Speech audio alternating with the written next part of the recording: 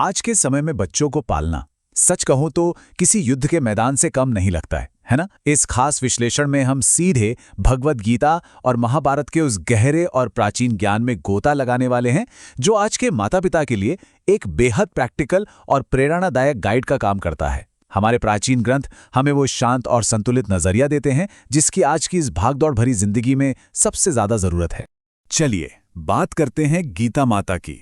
आमतौर पर लोग गीता को महज एक उपदेश देने वाला ग्रंथ मान लेते हैं, लेकिन असल में ये एक माँ की तरह है जो एक सुकून भरी गोद और हर समस्या का समाधान देती है।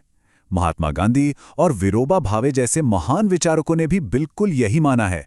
उनका कहना था कि जब भी जिंदगी की मुश्किलें उन्हें घेरती थीं, वे सीधा गीता माता की शरण में जाते थे। ये अपने आप में इस बात का बहुत बड़ा सबूत है कि ये प्राचीन ज्ञान मानसिक शांति का कितना अचूक स्रोत है। अब यहाँ एक बहुत ही दिलचस्प बात सामने आती है।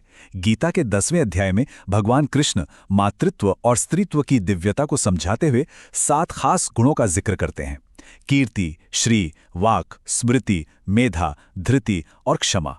प्राचीन ग्रंथों की माने तो ये 7 प्रजापति दक्ष और ब्रह्मा की पुत्रियों के नाम है जो इन गुणों की देवियां हैं। जरा सोचिए, ये कितना मजबूत आध्यात्मिक आधार तैयार करता है कि एक सशक्त व्यक्तित्व के लिए ये गुण कितने ज्यादा जरूरी हैं। इसी कड़ी में आगे बढ़ते हुए आइए महाभारत की एक बहुत ही सशक्त और ऐतिहासिक माता कुंती के जीवन पर एक नजर डालते हैं। कुंती का पूरा सफर सच में अदम्य सहन शक्ति की एक जी जागती मिसाल है।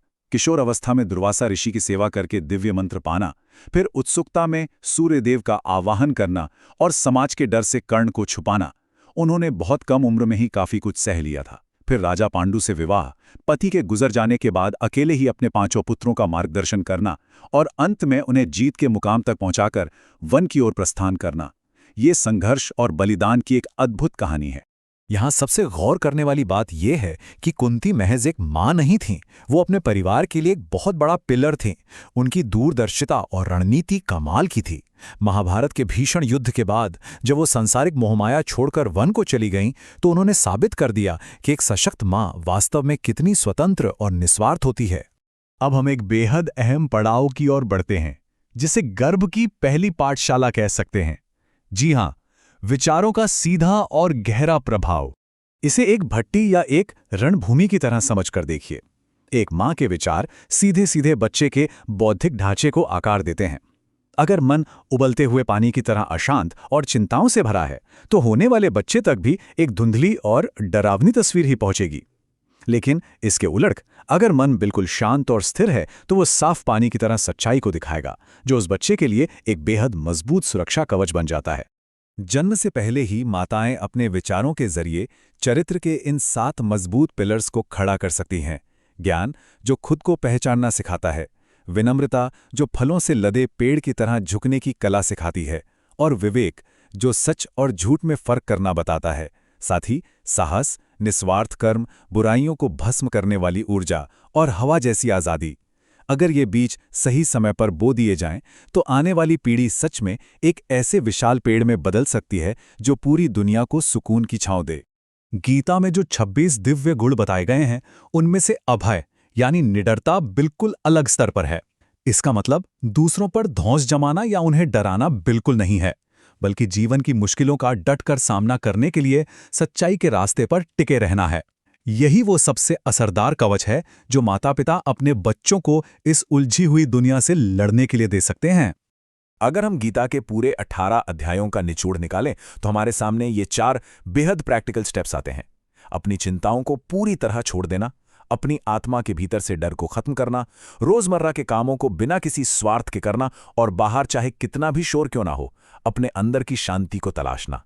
ये बातें आने वाली पीढ़ी के लिए एक बहुत ही शांत और सॉलिड नींव तैयार करती हैं। तो गर्भ की इस पाठशाला से बाहर निकलकर चलिए पालन पोषण के कुछ ठोस सिद्धांतों पर बात करते हैं। गीता का ये श्लोक बिल्कुल सीधा और सटीक है। बच्चे वही सीखते हैं जो वो अपने घर में बड़ों को करते हुए देखते हैं। वो हमारी बातें कम सुनते हैं, पर हमारी हरकतों की नकल ज्यादा करते हैं। अगर हम चाहते हैं कि बच्चे ईमानदार और अनुशासित हों, तो सबसे पहले वो क्वालिटीज हमें अपने अंदर लानी होंगी। बैलेंस या संतुलन क्यों जरूरी है, इसे एक राजा के 2 राजकुमारों की कहानी से बहुत अच्छे से समझा जा सकता है। एक को बिना किसी रोक टोक के बेहिसाब प्यार मिला, नतीजा वो बेहद स्वार्थी हो गया।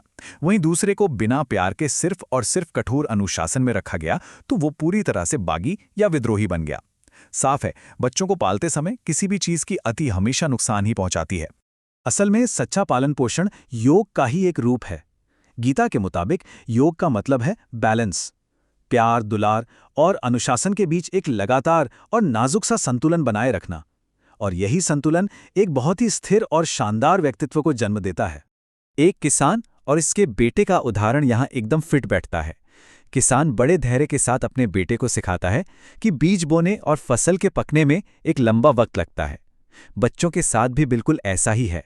अच्छे गुण उनमें रातों रात नहीं आ जाते। पहले हमें खुद एक मिसाल बननी होती है, फिर धैर्य से वो बीज बोने होते हैं, और सबसे बड़ी बात, बच्चों का नजरिया समझने के लिए उनकी बातों को बहुत ध्यान से सुनना होता है। चलिए अब बात करते हैं कल के नायकों को तैयार करने की। कैसे हम इस महान ज्ञान को अपनी आज की जिंदगी का हिस्सा बना सकते हैं। ये बात सीधे दिल पर लगती है। जिस तरह महाभारत के उस भयंकर युद्ध में अर्जुन को भगवान कृष्ण जैसे शांत और स्थिर सारथी की जरूरत थी, ठीक उसी तरह हर एक बच्चे को अपने माता पिता के शांत और बैलेंस्ड मन की जरूरत होती है। जीवन के इस युद्ध क्षेत्र में माता पिता का शांत मन ही सबसे बेहतरीन सारथी साबित होता है। अगर हम भागवतम और गीता के इस पूरे ज्ञान को एक टूल किट में समेटें तो वो कुछ ऐसा होगा। बच्चों के साथ वैसा ही बर्ताव करें जैसा हम खुद के लिए चाहते हैं। उनकी तुलना दूसरों से करके उन्हें नीचा ना दिखाएं। उनकी छोटी छोटी जीतों को सेलिब्रेट करें और प्यार के साथ साथ रूल्स भी तय करें। सबसे अहम बात, उन्हें बिना सोचे समझे बस बात मानने वाला ना बनाएं, बल्कि उनकी खुद की स्वतंत्र सोच को बढ़ावा दें। यही चीजें एक असली हीरो को जन्म देती हैं। तो अंत में ये विचार करने लायक एक बड़ा सवाल हमारे सामने खड़ा है।